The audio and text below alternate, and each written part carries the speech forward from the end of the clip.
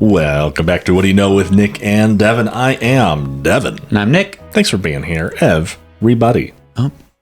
We'll pause. I know. I like when you do the little, when everybody's different. You always do a little different, and I like that. I enjoy it. I gotta get... You just like keep me on my toes. I'm like, is it going to be like another... Yeah. Or no, you it's do like a the little Simpsons staccato. couch gag. That's exactly what I thought. Mm-hmm. Or the Bob's Burgers, where it's a different business next to them every time. True. See? There's a lot of things. Nicholas, I have a question for you. Naturally. As I start every episode with a hook to get people interested. If you will.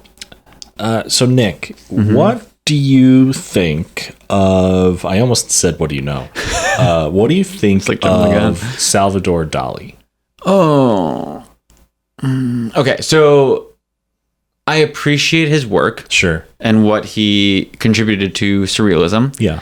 Not my thing. Okay. Just not my thing. I think it gets a little too weird to be weird. Yeah. And a little bit like within itself. Yeah. I think the lobster phone is hysterical. And of course he has very like impactful pieces. So we were actually talking about this last night. So there was I don't remember who it was, but someone took a bunch of kind of surrealist artists of the time and brought them together to build and create pieces within an amusement park to bring art into theme parks. Okay. And so it opened in Hamburg for a summer, and it had good success, and then it kind of closed and it never happened again. So it was just kind of one of those things where it's like, imagine Dali making a roller coaster, right? Yeah. Or making like a merry-go-round, like things like that, right? And so they brought a bunch of people together to be able to build that, and then it shut down, and then everything got put into crates and blah, blah, blah. Yeah. Well, I think it was Drake bought it, like the whole piece, and they put it up as an installation in New York. And so you can go, and like some of it's like very much like a museum.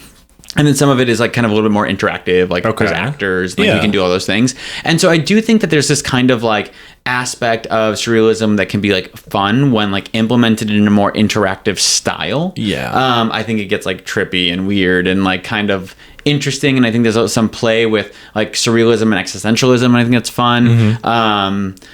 Who was it? Emilio Torres has a movie, Problemista, which it kind of deals with some surrealism, some existentialism.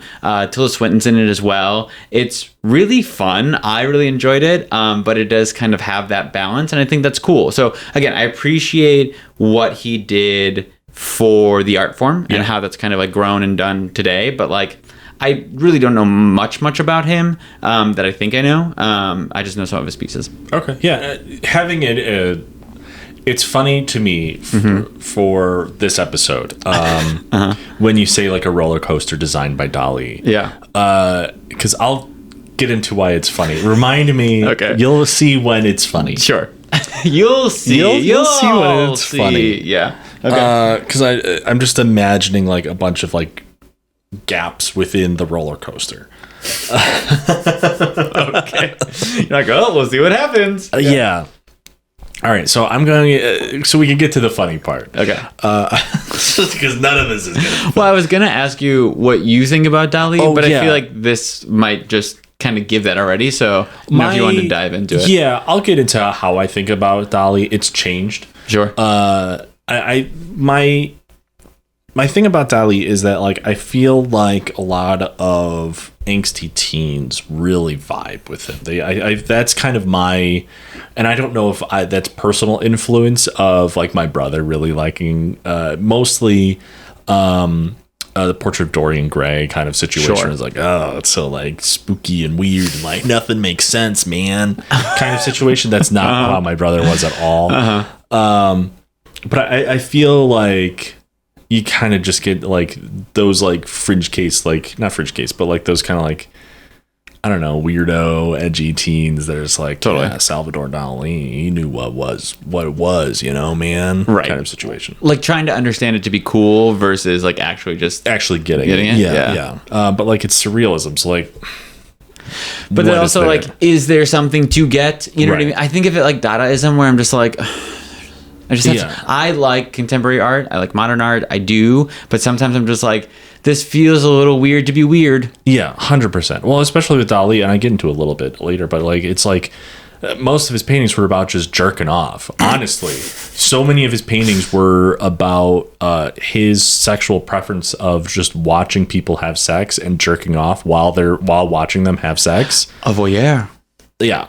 I'm not kink shaming, but like that's what all of his art was. That's crazy. I can't wait for that. I never liked it enough to dive into it more, so I'm very excited. Yeah. So I'm going to ask you our titular question. Oh, please. Because it is, but it isn't about Salvador Dali. Sure. Obviously. So what do you know about nuclear mysticism? Nothing. I know what the words mean. That's it. Cool. Love what it. the fuck? Okay. I can't wait to see this connection. Yeah, so that's what I said. Okay. This episode was originally going to be all about Salvador Dali. And then I got to this point in his story of nuclear mysticism. He's connected, obviously. Where I was like, I have to read more about this. This is weird. Okay. And it fits in with Dali. Okay. Also, I might say Dolly, like Dolly Parton, instead of Dali, but that's just my accent. It kind of happens. Sorry. We're talking about Sal here. We're literally from the Midwest. Yeah, and from Chicago, nonetheless. Yeah, can't happen. Sorry. So, nuclear mysticism, what is it? It's essentially this concept developed by Salvador Dali that tries to spiritually connect quantum mechanics and the human consciousness. Okay. Right? I think it's... Well, okay. Sorry, go ahead. Go ahead. So there's metaphysics within the realm of philosophy. Yes. And there's actually this thing called Libet's experiment, which looks at bringing science into philosophy and consciousness and looks to see like literally brain activation at certain points to understand like a think therefore I am kind of method, like to understand like self and like who we are, like all of those things. And so I think I liked it a lot. I remember learning about metaphysics and really enjoying it because I get nerdy with science with you, but also I like philosophy a lot. You like philosophy, yeah. So I didn't realize that was what it was. I'd never heard of that before. So I think that's really interesting. Yeah, there's another thing that I bring up later on that you might have heard of more. Because nuclear mysticism is a very specific thing to Salvador Dali. Sure. In the philosophical, metaphysical, New Age belief system, there is a different phrase that I bring up. Okay. That you might have read more about. Okay. But yeah, so that is nuclear mysticism, quantum mechanics, human consciousness. Let's see how they blend together. Yeah. And quantum mechanics, everyone I think knows what a human conscious is. Okay. Hopefully. But like quantum mechanics is the trying to figure out how atoms work, how the universe works. One of like the things of quantum mechanics is like when you observe something, like it changes the outcome kind of situation. Sure. You're going to be talking about the protons, the nucleus of the atom, quarks, things small, breaking up what makes up the universe. Didn't we learn about quarks like relatively new or relatively recently? I think the confirmation of. Okay. But I'm not too positive on that. I'm only focused on Salvador Dali and his sexual paintings. I can't wait. So that's nuclear mysticism, but like it's so ingrained into Salvador Dali, who is this person. Yes. Everyone's fairly familiar with him if you've been to an art museum or looked at art at all. Like I said, especially if you're an angsty teen, but that's just, I guess, my personal view on Dali. I do love that you're attributing it to teenagers. I think it's because, like, I don't know, like Donnie Darko, League of Extraordinary Gentlemen had What a throwback. Well, that was a big movie for me as a kid. I went to see that movie for my birthday when it came out. It was a great movie at the time. Terrible now. But I do get it. Like there is an aspect of like when you're a teenager, like there is this kind of like rebel against the system. There's also like I'm trying to figure out who I am and my identity and like and you're just trying to find like you're be weird to be weird. Yeah. You don't know how to handle your newfound depression. So like you're just trying to find places of like this is what is against society. This is weird. Maybe I'll find a deeper meaning within these painting of melting clocks. Right. And that's actually Dali's most recognized painting, titled The Persistence of Memory. It's the one with the melting clocks. Did you say clocks or cocks? Maybe both. Depends on what you see in there. Did you see my wordplay there? I did, but I did say clocks. I know. The ticking time. Cocks. Ultimately, Dali was a controversial surrealist painter and general artist. He did like poetry, movies, etc., whose works practically defined surrealism for the common man, but was most known for his eccentric personality, technical skill, and often bizarre subjects of his work.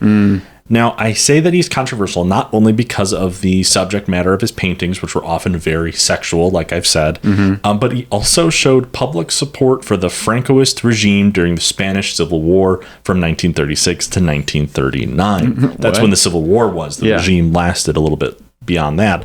That regime was backed by Nazi Germany, just so we all know. That's crazy. Yeah. Did he ever explain why? Kind of. Okay. He's fucking nuts. Okay. Dali was inspired. I'll get into it. Okay. But, Dali was inspired by the works of the Renaissance and Impressionism, but shifted his interests into Cubism, which makes sense, and then avant-garde movements as he got older and developed his own style. Sure. By the late 1920s, Dali fully embraced the surrealism movement because other artists were making their own surrealist art at the time as well. So he really embraced that movement by joining a surrealist group and completed The Persistence of Memory in 1931. Okay. So that's when he kind of was like, yeah, I'm a surrealist artist now. Let's get fucking weird. It's weird that I didn't realize that was like one of his first big surrealist paintings. Yeah. There were a few others that came around at that time, but like with this one being the most notable. Yeah. That when people think like, oh, the melting clocks, like I can picture that. Yeah. The membership of the surrealist group actually only lasted a few years, because by 1939, Dali praised Catholicism and fascism and was kicked out of the surrealist group. Yeah. By 1948, Dali fully announced his return to the Catholic faith. Oh, Catholicism. I keep saying like, oh, he's so fucking weird. Like, what a weird person. And like, he just did all these things. And like, the more I read about Dali, trying to dive into nuclear mysticism, the more I learned that he was an asshole. Okay. He started out like when he was younger, he started out identifying as communist, anti-monarchist, and anti-clerical. But as we see, he later in life publicly supported the Catholic Church and fascism, the fascist regime within Spain, and he was likely sympathetic towards Hitler, but there wasn't any hard evidence of that. Like some of his closer group, his closer friends were like, you hate Hitler, right? And he was like, I'm not going to say anything about that. And they were like, dude, you fucking support Hitler. Right. Kind of like situation. If you can't say no, right, then yeah. He didn't apologize to his father. There was a tiff between him and his father. Okay. Where like Dali was hanging out with his surrealist friends. He would like spit on his mother's portrait or something like that, or his grave, or her grave. And like word of that got out to his father, and his father was like, dude, you cut that out, like apologize. Like that's your mother. And Dali didn't apologize because he thought that his cool surrealist friends would think he wasn't cool anymore either. So he was like, I'm not going to apologize. Ha ha ha. What? It's a weird fucking story. That sounds like someone who grew up that was like, okay, kind of a loser. Yeah. And then like someone, like some cool kid was like, oh, like I kind of get you. Like, come eat with us at lunch. And then you do, and then you like take it too far. Yeah, right? Like you 100%. You're just like, I'm so cool now and I have to do this. Yeah, exactly. I'm just like, what? Why are you spitting him with it? Anyway, go ahead. Yeah. So he didn't apologize because he wanted his surrealist friends to think he was still cool. Naturally. But then like he was like, but Catholicism and fascism are pretty great. Claimed Spain should become an absolute monarchy instead of returning to a democracy. Was quoted saying, quote, I'm against freedom, I'm for the Holy Inquisition, end quote. But then later, near the end of his life, told King Juan Carlos of Spain, quote, I have always been an anarchist and a monarchist, end quote, which I don't know how you are both, and was just so fucking full of himself, calling himself a genius all of the time, and acting out when he would get his way in the name of art. So why am I talking about it? Tell me more. The idea of nuclear mysticism. It's really got your goat. It does. It's obviously bullshit. Sure. And doesn't really hold much in society today. Sure. But the idea of looking at the atom and how that correlates to God, a higher being, is interesting. And unfortunately, Dali was just the one that's tied to it all. Sure. So here we are. So this is why you all get this episode today. Yeah. Right. Doing this half-assed episode about Dali, but really we're talking about nuclear mysticism. So let's break down the nuclear mysticism a little bit more. Sure. We're going to do one word at a time of definitions. So nuclear relating to the nucleus of the atom. You have nuclear fission, when atoms are split apart to release energy. Nuclear decay, when an atomic nucleus loses energy or loses one or a combination of particles by radiation. Okay. Nuclear power, the process of producing electricity through nuclear reactions like fission or decay. And more importantly to Dali, was the nuclear bomb, the big boom. Boom. Now there's mysticism, the other half of this word. Yeah. And this we kind of get, I'm going to say a couple different definitions. Okay. Because mysticism is broad as hell. Sure. For the first definition, we have the belief that union with or absorption into the deity or the absolute or the spiritual apprehension of knowledge inaccessible to the intellect may be attained through contemplation and self-surrender. Oh, okay. That's okay. Mm-hmm. Second definition. Yeah.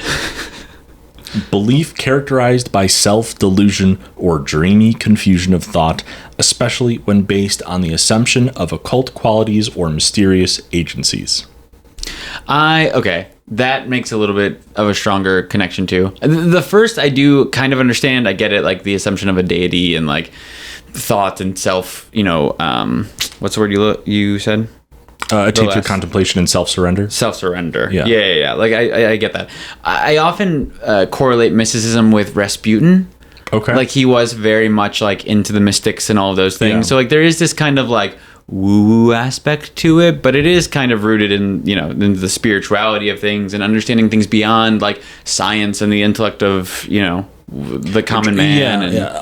Through this, like I always think of mysticism as more of like the older Eastern philosophies like Hinduism and Buddhism. Sure.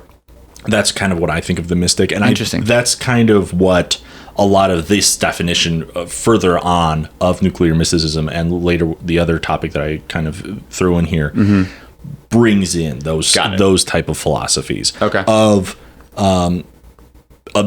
trying to figure out the universe by diving deep into your own like self. Sure.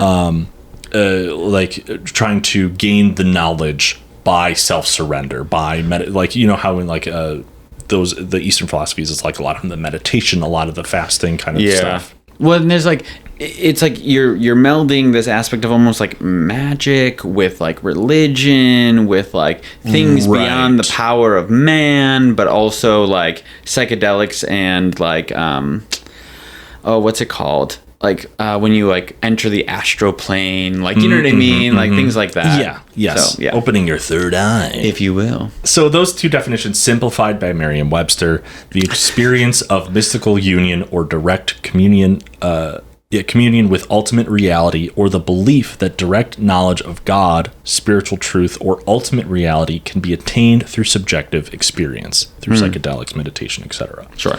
So mysticism, like I said, especially in these definitions, I believe, or in this topic, is often related to older Eastern philosophies like Buddhism and Hinduism. And so from there, we have Dali becoming obsessed with the atom. And that's the key thing. When he just became fascinated with it after the bomb dropped. Okay. So Dali believed that the atom, the building block of matter and life, was spiritually significant.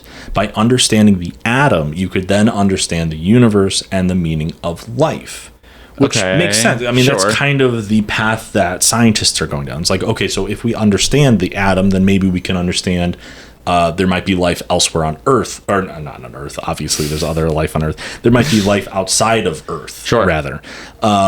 We might be able to figure out how the universe was created, where all these things happen, kind of situation. But it's more of an objective stance rather than a where do we fit in the world spiritually stance. Sure. So like I said, he became fascinated with the atom, as did most folks, after the first atomic bomb was dropped on Japan to end World War II. Right. The atom was his, quote, favorite food for thought, coining the term of nuclear mysticism as a collection of theories by Dali that combined elements of art, physics, and science. More specifically, Einsteinian, there's a hell of a word to say, Einsteinian, like Albert Einstein, physics, classicism, and Catholic mysticism.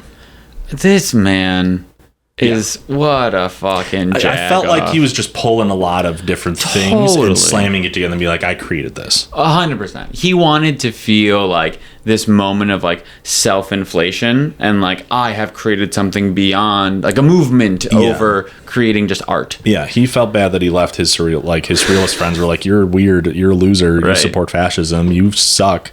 You spit on your mother's grave. Right. That's wild. And so he was like, I'm going to make my own group. It's weird because those things aren't necessarily supposed to mix. You know what I mean? Like, and it's not that like we can't mix them. It's just more so like some of them are more man-made and some of them are just science and fact. Right. You know what I mean? Like it just, what? Because like obviously like art and religion have gone hand in hand forever. And there are even things of art and science going together, creating art through science procedures. There was a whole movement of this stuff that I want to read more into. I don't know too much about it right now, so don't ask. But this whole movement of art based off of from the nuclear bomb. It's called nuclear art. So like people's perspective and how they're coping with this power that like that it was presented, that man created, you know, so many lives lost. How does that affect the human? Yeah. Kind of situation.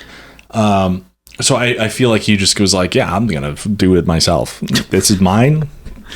Look how smart I am. Look how cool I am. It's just keywords. Yeah. You know what I mean? I'll be a lot of buzzwords. A lot of buzzwords. I was like, Einsteinian classes. I'm just like, what are we talking about? Yeah. So how the atom makes everything up was a particular interest of Dali's. He started to showcase the atom in his paintings by not only depicting the atom on its own, just like being there, but also wanting to show that even though an object might be still, the millions of atoms that make up that object are in constant motion. Sure. That's kind of cool.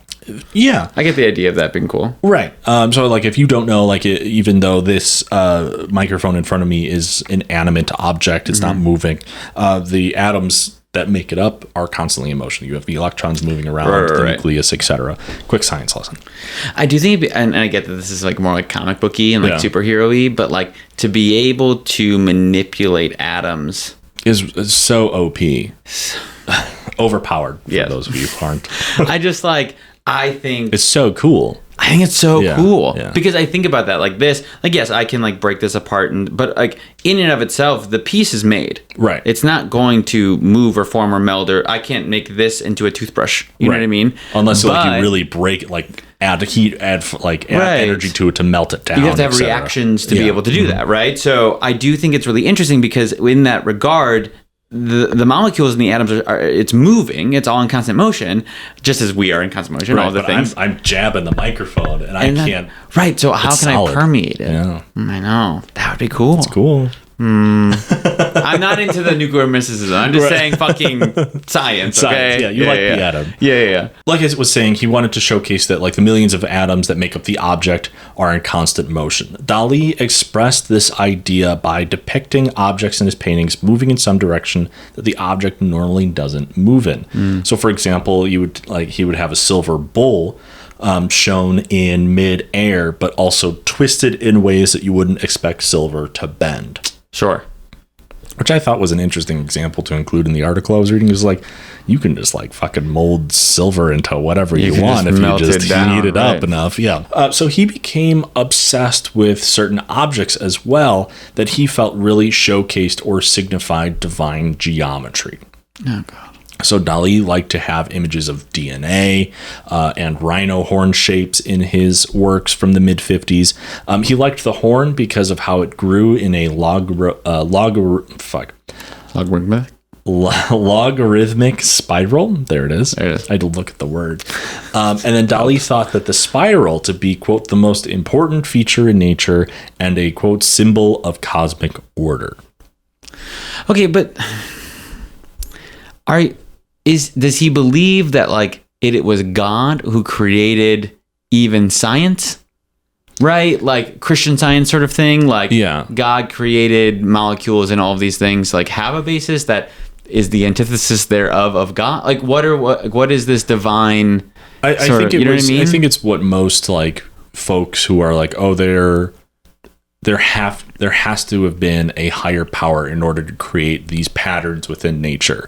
Kind of like the Fibonacci sequence is a great example where it's like, how would nature create something like this without some type of higher power to recognize this pattern and like whatnot and create this pattern? Sure. I think that's his basis of like being so excited about the spiral. Because the Fibonacci sequence is technically a spiral as well. So I get that, right? Because that is religion is trying to like define the unknown to a degree. Like we don't know what it is, so let's just give it to God did it. Right? But I feel like to some degree, then you're not as pursuant to the idea to find how it happened. Yeah. Right? Because if at the end of the day, I'm just saying God did it, but I'll stay in science to like do the research, like I've already given the answer up. Right. You know what I mean? Yeah. So that's interesting. And not that he's like trying to figure out the meaning of life or how creation happened, but like, I don't know. It's interesting. Yeah. I don't know. He's just weird. I get it. Yeah. I get it. He's just like making something to make something and like just being a fucking weirdo. And hopefully someone finds him cool. You know what I mean? Only fascists think he's cool. Even Hitler was like, hopefully some like angsty teens listen to this episode and they're like, you know what? You're right. Dali was a fascist and it's not cool to like fascists. I also hope that happens. Yeah, here we go. Another object that Dali liked, aside from the spiral and the shape of DNA, was the four-dimensional cube or tesseract. He loved that during his nuclear mysticism period. Loved it. Through this entire phase of nuclear mysticism, Dali wanted to blend Christian Iconography?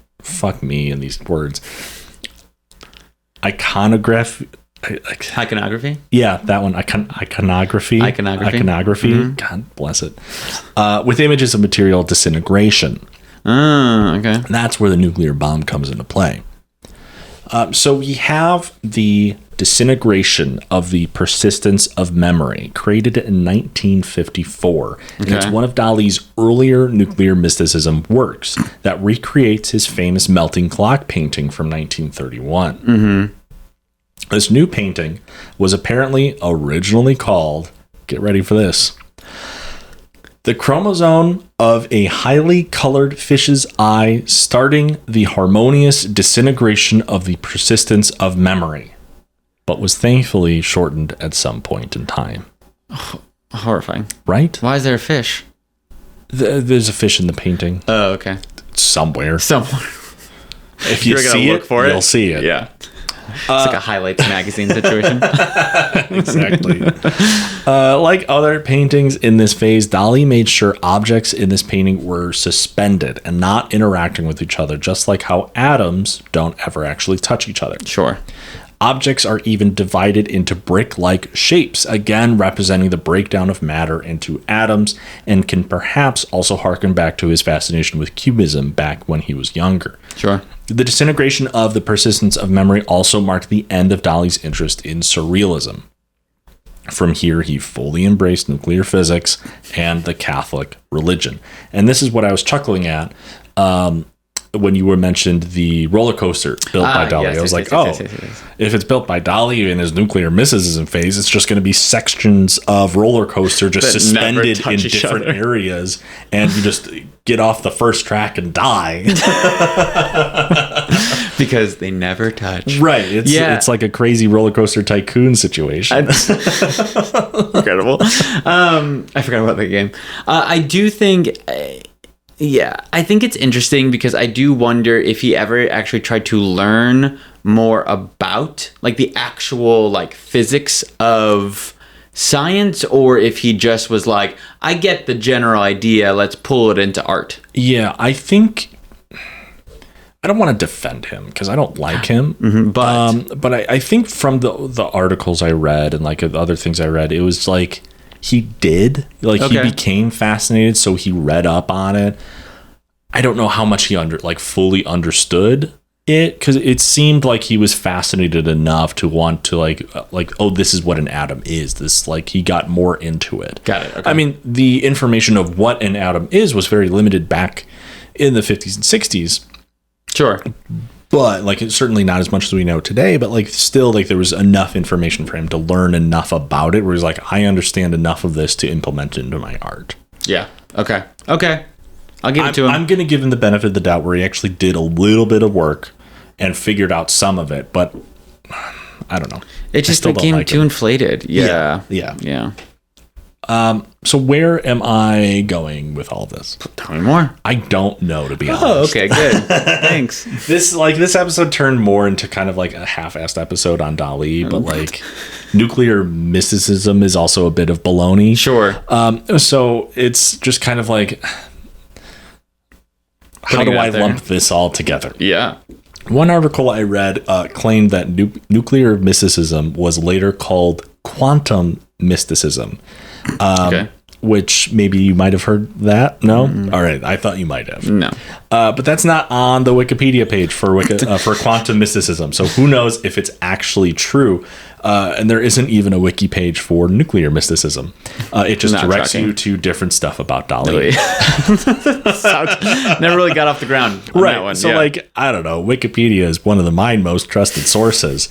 So if it's not, if you don't have an article, is it even real? What's the point? Right. Yeah. So when you go to the Wikipedia article for quantum mysticism, the first sentence says, quote, sometimes referred to pejoratively as quantum quackery, and goes on from there. Quantum quackery. Quantum quackery. I think that really sums up. That should be the title of the episode. Yeah, it's pretty much. So you can tell that this is like a highly regarded New Age metaphysical belief. Yeah.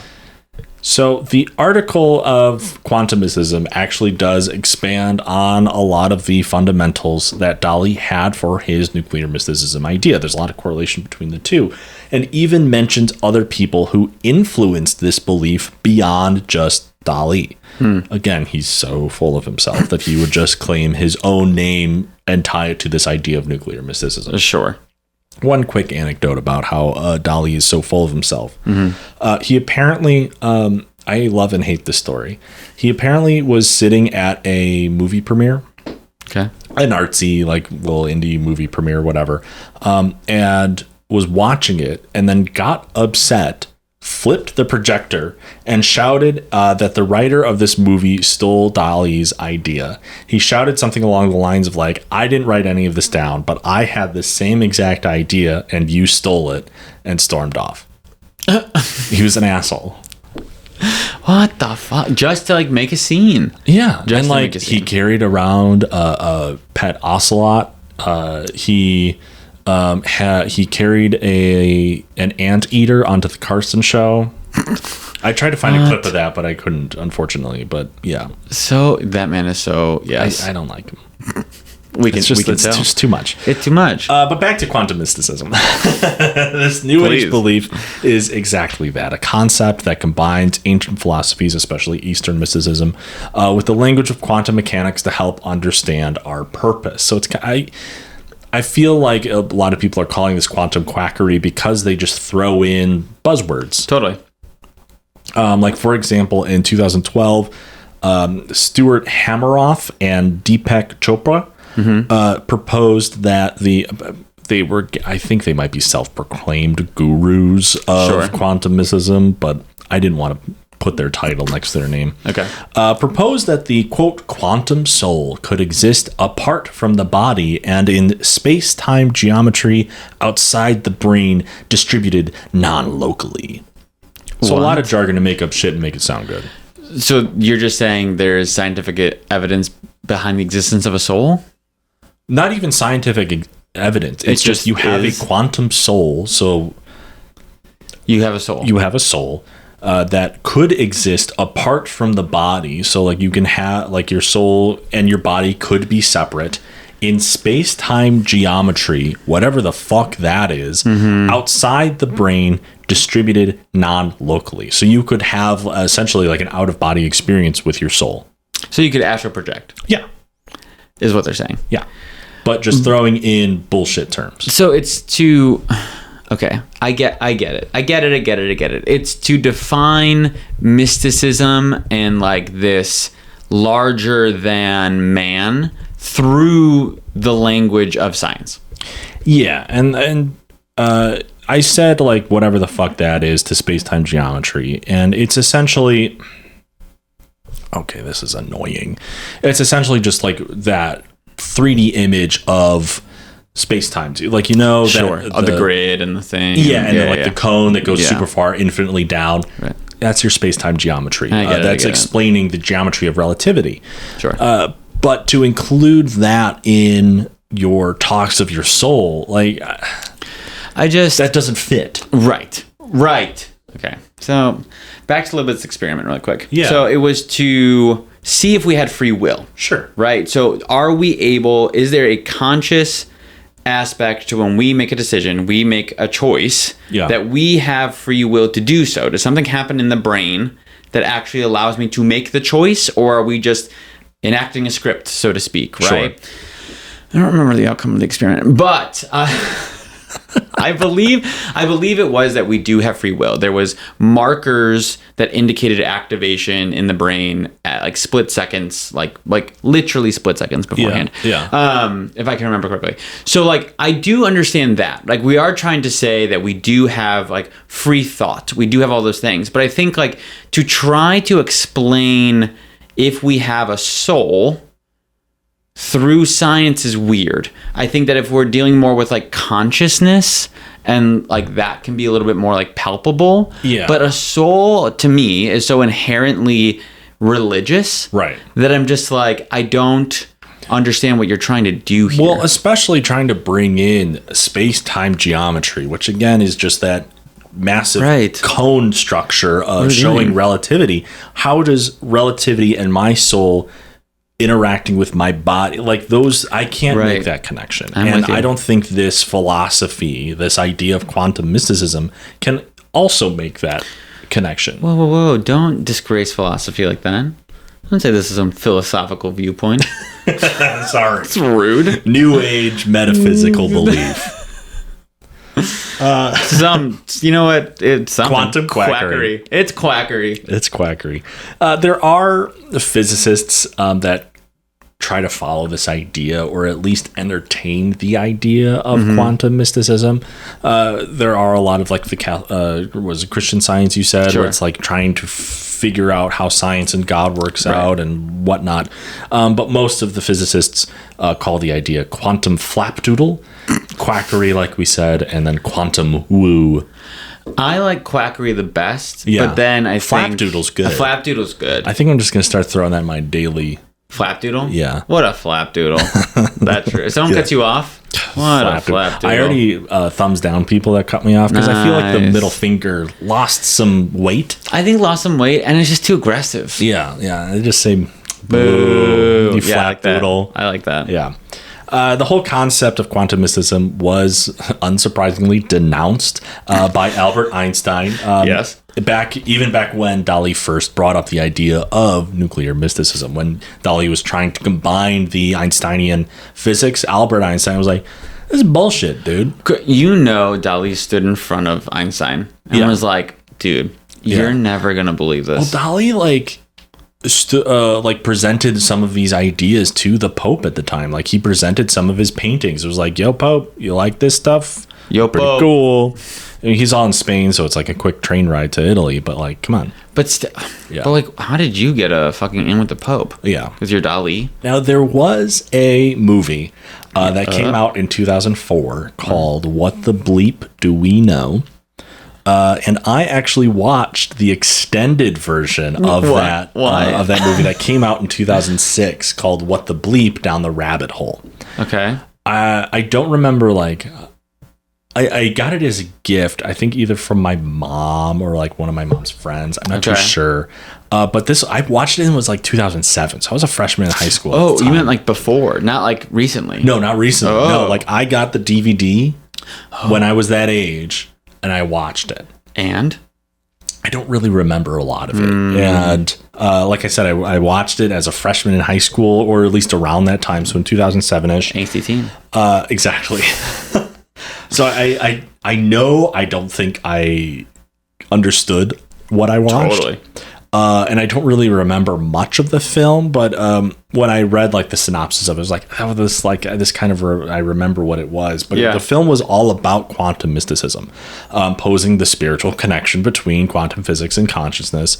But the plot followed like this deaf photographer as she goes through problems in life that eventually leads her to consider that the individual and group consciousness can influence the material world.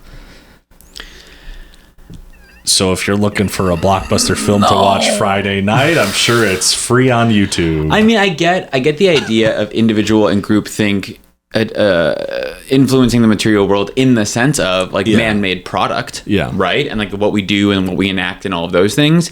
I don't think it influences the material world in the sense of like science. Like I can't like group think the fact that I'm going to give you a third arm. You know what I mean? Right. Like, or affect gravity or something. Correct. Like that. Like I'm trying to think of like the big laws of science and thinking of how a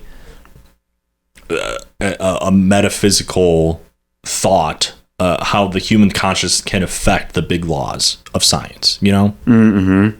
I immediately thought of light as a feather, stiff as a board. Like that's his basis. Yeah. You know what I mean? Like if there's enough group think and enough people believe, we can lift this person. You know what I mean?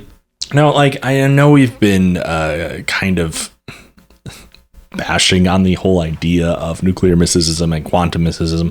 But there are, of course, plenty of books to read on this idea if it does interest you. Sure. I'm not going to list them out. Don't you can research them on your own. Sure. The article I read that originally brought me down the rabbit hole of quantum mysticism did list a few, for a lack of better word, tenets that I'm going to quickly read off. Sure. The body is only perceived as solid matter, in essence made of energy and information. The mind and body are indivisible entities, which I think is like, I don't know. That one's interesting to me. We'll come back to that one. Okay. Perception of reality is a learned action. The body transforms along with changing thoughts. Somatic reactions of the body are a product of awareness. There is a fundamental consciousness or intelligence that connects everyone. Time is a human perception, not reality. Sure. And so, like, you can see through these, there's some relation to those Eastern philosophies that people are pulling from, but swapping in some science words to get the idea across. The one of the mind and body are indivisible entities is interesting to me from that one quote of the people being like, oh, like the quantum geometry, we can be distributed non-locally, our body and soul.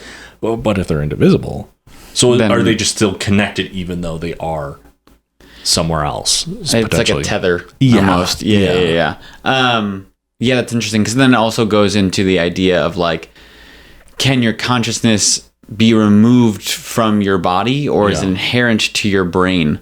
You know what I mean? But then again, that's like the soul. Is the soul tethered to your body or can it be removed? Like, or can your soul move from one body? Is your body just a vessel, a meat suit? Yeah. Or is it inherent to having and creating a quote unquote soul? Right. You know or what I mean? Can I sell my soul for a donut? Right. Like, what can we do here? Right. I mean, it depends on the donut. You know what I mean? Sprinkles? Right. Now we're talking. I do get that. There are some things that you did say from a tenant perspective that, like, I get it. I get it in the sense of, like, I can correlate it to other things, other philosophies, other ideas, other actions, etc. But I think in and of itself, it just feels so... Just the way that they're presenting it is so bananas that I turn myself to it. I get what they're doing, And I do find some intrigue behind that, but I do think that the way that it's like coming about, I'm just like, you're just doing that wrong. Yeah, and like obviously I have just learned about this. I'm not very well versed in all of this. My experience is only a week long with this, so like I'm not an expert, but perhaps someone else out there who wholeheartedly believes in quantum mysticism can have a different perspective on it. Maybe this is how, like, what influenced their life, how it turned it around, whatever. Sure. That's great. That's what I always believe for belief systems, is if it can better your life, go for it. Sure. But this just ain't for me, Doc. This just ain't for me.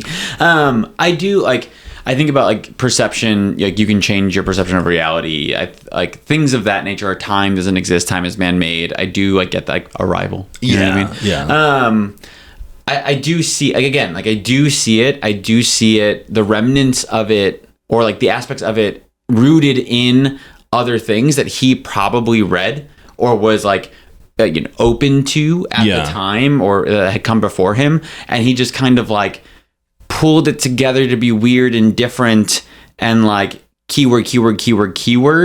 And you're just like, I get what you're doing, but like it just feels weird to be weird. Yeah. And I actually have a big issue with time as a human perception, not reality. Because if I go towards a black hole, then relativity will fuck up and I'll come out of that near that black hole and you'll be, I don't know, whatever, 14 years older, and I'll be the same age. But I think what I took that time isn't human, time is nature. But that's what I took it at is that we created time in the sense of a construct of it. There are X amount of hours in a day. There are years. There are all of these things, whereas it's more relative than that. But if you're older, when I come back from the black hole, just like in Interstellar. Mm-hmm. But we don't know if that's what would happen. That's just a theory. I suppose. It's the theory of relativity. Yeah, I guess. Not the law of relativity. Anyway, in conclusion of this whole thing, let's end this. Nuclear mysticism is out. Quantum mysticism is in. Both of these beliefs try to connect nuclear physics with a spirit and a set of metaphysical beliefs. Quantum mysticism is considered a pseudo-scientific New Age belief system. Dali was an asshole. That's all I got. I like that your last note. Incredible. I will start. I probably will read up on it a little bit more. Yeah. The quantum quackery of it all. Fair. Yeah. I just want to like understand a little bit more. I mean, that's one of your interests is philosophy. Yeah. So. I don't like. It's just gonna be hard to relate to it because I don't like his work. And clearly he was just kind of an asshole. So don't read about nuclear mysticism. Read about quantum mysticism. Same difference. Again, keywords. One's not attached to Dali. So. Nah, fair. I'll read about the quackery of it all. There you go. Nice. So yeah, thanks for listening. Hope you learned something. How could you not? Yeah. Come on. How could you not? This is What Do You Know with Nick and Devin. Exactly. Of course you learn something. You learn something every episode. So thanks for listening. Thanks for adding to the conversation, Nick, with your philosophical background. Really appreciate it. And make sure to check us out everywhere else on the internet. Like us, subscribe to us, rate us. Yes. Leave a comment somewhere. At WDYK_podcast everywhere on the internet except for Blue Sky. That is WDYK.bsky.social. So check us out there as well. Nice. And that's all I got for you. Cool. I think the thing that will really stick with me the whole time is the fact that most of his paintings are about jerking off. Yeah, I think if you do any other extra research from this episode, look up how like weirdly sexual all of Dali's paintings were. Like it includes a lot of nudity, a lot of sexual acts, which is like obviously nothing wrong. A lot of older paintings, a lot of art includes nudity of the human form or whatever. But like there was just like a lot of, I think there might have been like sexual acts with either like animals or insects. I don't recall exactly. A lot of like locusts and like other like creepy crawly insect figures are part of his artwork as well. I think like that might have come from becoming more closer related to the Catholic Church. Of like the plague, etc. But there's a lot of like weird sexual stuff, and it's all because like he wasn't, this was, we're extending this episode a little bit more, it's fine. But like he came out saying, he was like, I don't really find sexual gratification in intercourse with people. His preferred orifice, quote, was the anus. And his wife was the only one that he could get sexual gratification from, but he preferred to watch people have sex rather than have sex, and he preferred to masturbate the whole time. Okay. So that's where all of his artwork is. Which is funny because it is such a solo activity in the sense of like, I'm the only one that can gratify myself. Yeah, he's an asshole. I mean? Right. That's crazy. Yeah. I'll take a really hands-on approach to this research. That's this episode. Yeah. Thanks for listening. We'll see you next week. Jesus Christ. Goodbye. Bye.